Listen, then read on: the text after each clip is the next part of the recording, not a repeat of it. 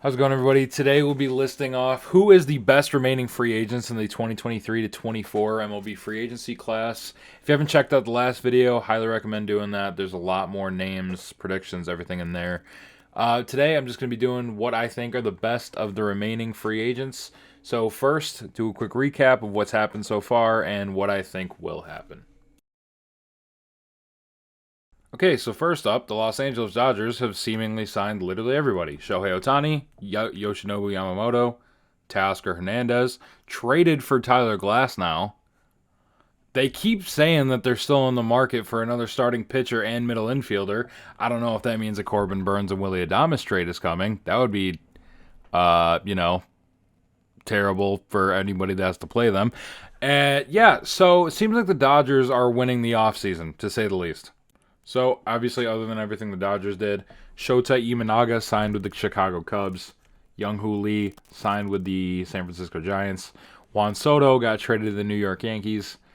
Robbie Ray got traded to the San Francisco Giants. And Chris Sale got traded to the Atlanta Braves. Now, let's jump into the best of the rest. All right, we got Joc Pederson still available. My original prediction for him was to go back to San Francisco. New prediction for him, going to the New York Mets. Obviously, Mets kind of in a filler year right now. They kind of came out and said that themselves, where 2025 is really going to be the year they push back to their playoff standards. I think Joc Pederson could be a fun part of this lineup, add a real power hitter with the uncertainty of Pete Alonso's future. Seems like a good fit for both sides here. Next year, we got Rhys Hoskins. My original prediction, I had him going to the Milwaukee Brewers.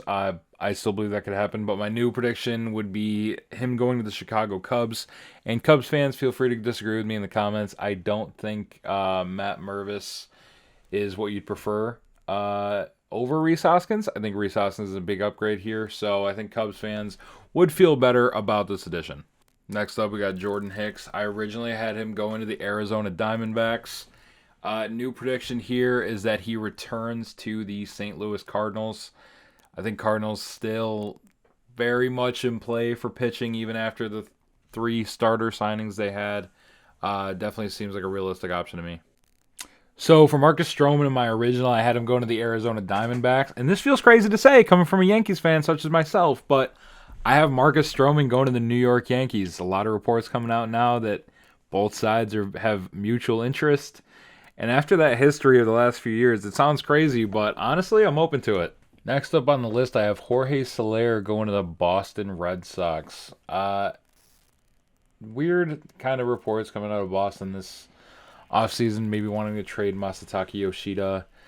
But also, it sounds like they're wanting to cut payroll, but also add at the same time. I think they just can get themselves a big power bat in their lineup with Jorge Soler that I feel like is needed for them.